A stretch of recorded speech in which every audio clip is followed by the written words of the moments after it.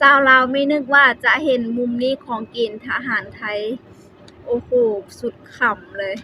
สบายดี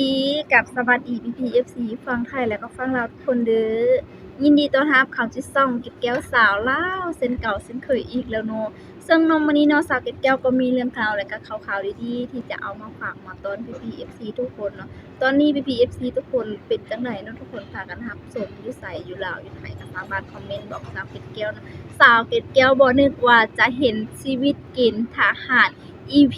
3ขำๆเนาะทุกคนแบบนี้เนาะซึ่งแคปชั่นเพิ่นจะเขียนไว้แบบนี้ทุกคนเนาะ ซึ่งสาวลาวเขาไปอ่านแล้วทุกคนก็ขำอะลีบ่ทุกคนกับพลทหารเซลืมพลคันสาวเกดแก้วอ่านผิดก็ต้องขออภัยเนาะทุกคนเนาะเพราะบางคำสาวเกดแก้วก็อ่านภาษาไทยบ่ค่อยเก่งนะทุกคนเนาะ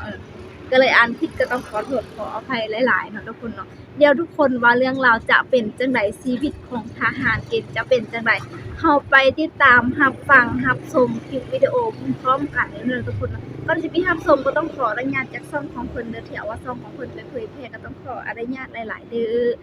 และก็ฝากพี่ FC ทุกคนเป็นกำลังใจแล้วก็กดติดตามกดใจกับสาวเกดแก้วเพื่อเป็นการสนับสนุนสาวเกดแก้วก็ได้เด้อไปเฮาไปรับชมรับฟังกันเลยเนาะเริ่มกันคนแรกทุกคนผมเป็นพลทหารเฉลิมพลเทพพงศ์อยู่ป .3 หมู่ 4 ครับชื่อเล่นเหลิมครับทำกินได้แรงเพราะอะไรเป็นอะไรมาบอกเพื่อนพร้อมครับจนกำแพงครับเอาทำไมชนกำแพงทำไมชนกำแพงรับในครับรถอะไรหลับในรถอะไรมอเตอร์ไซค์ครับยิมมอเตอร์ไซค์หลับในรถอะไรมอเตอร์ไซค์รถไหนเอาไหมนิดหน่อยครับ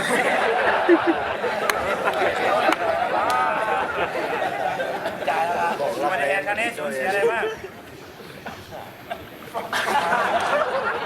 อุบัติเหตุครั้งนี้สูญเสียอะไรบ้างขากรรไกรฟันล่างหักครับแล้วก็ฟันครับเราบอกเพื่อนเรื่องสุราห้ามกินยังไงบอกแนะนำเพื่อนหน่อยถ้าดื่มก็อย่าไปหาครับ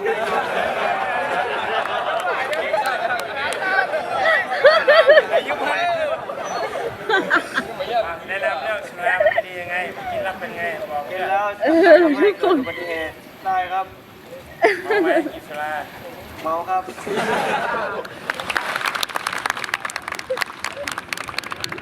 แนวความมั่นใจตบมือค่ะทุกคนทีน่าเป็นเอ้ยโซ่不急受不了的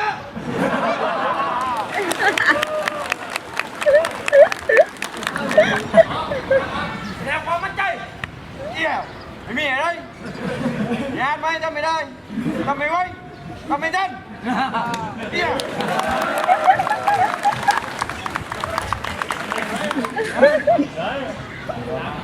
สามแนวความมั่นใจเอี่ยวมียังนี่หลังกันไหมยังมาได้ยังมาไหวยังมาต้านวันนี้จะมาโอเคกลับมาใหม่ครับ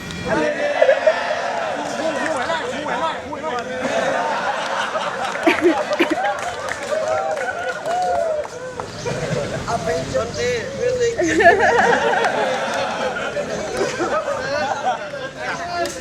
เอาละมาทำไมไอ้บ้า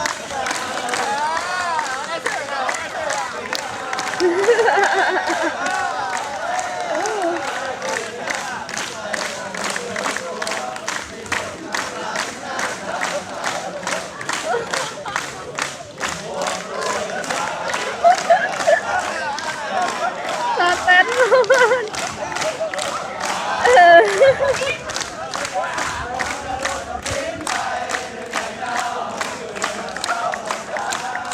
โอ้ก็ได้อยู่ทุกคน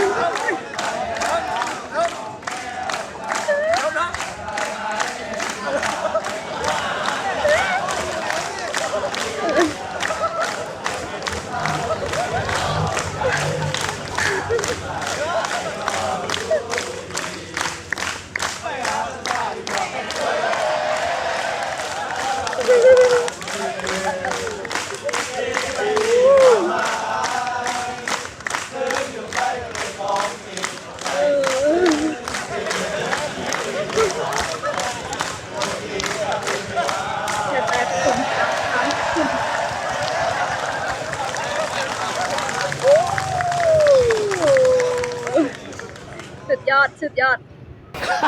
เป็นไงเฮฮาบันเทิงเริงลื่นสนุกสนานโอ้โหมันโหดมันฮาอร่อย อร่อยจริงๆครับ ติดตามต่อ อย่าลืมติดตามตอนต่อไป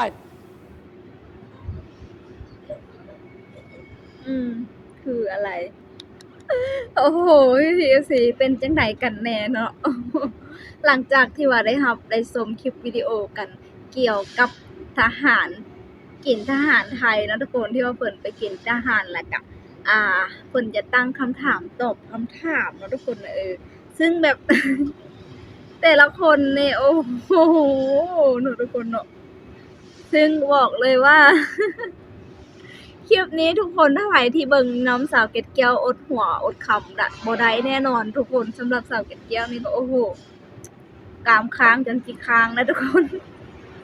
อันนี้ก็เป็นเรื่องราวของชีวิตทหารเกณฑ์ของไทยสาวเกดแก้วว่าบ่นึกจะเห็นคลิปดีๆแบบนี้ทุกคนเบิ่งแล้วใครเครียดเบิ่งแล้วมีความสุขสนุกสนานเกี่ยวกับทหารไทยนี่ทุกคนสาวเกดแก้วจึงบอกว่าสาวเกดแก้วนี่ติดเทรนด์ทหารไทยสุดเนาะเพราะว่าได้เบิ่งได้ฟังคลิปวิดีโอของทหารไทยยามใดแม่นอารมณ์ดีมีความสุขตลอดนั่นเองเนาะทุกคนเนาะเอาแล้วเนาะคลิปวิดีโอนี้เนาะสาวเกดแก้วก็จะได้ขอตัวลาไปก่อนเด้อทุกคนเด้อไว้เจอกันคลิปหน้าเนาะขอบใจทุกคนหลายๆที่ว่าติดตามและรับชมส่วน PFC คนใดอยากให้สาวเกดแก้วเฮ็ดคลิปหยังก็บอกใต้คอมเมนต์ได้เนาะทุกคนเดี๋ยวสาวเกดแก้วจะไปซอกไปหาเฮ็ดให้เด้อ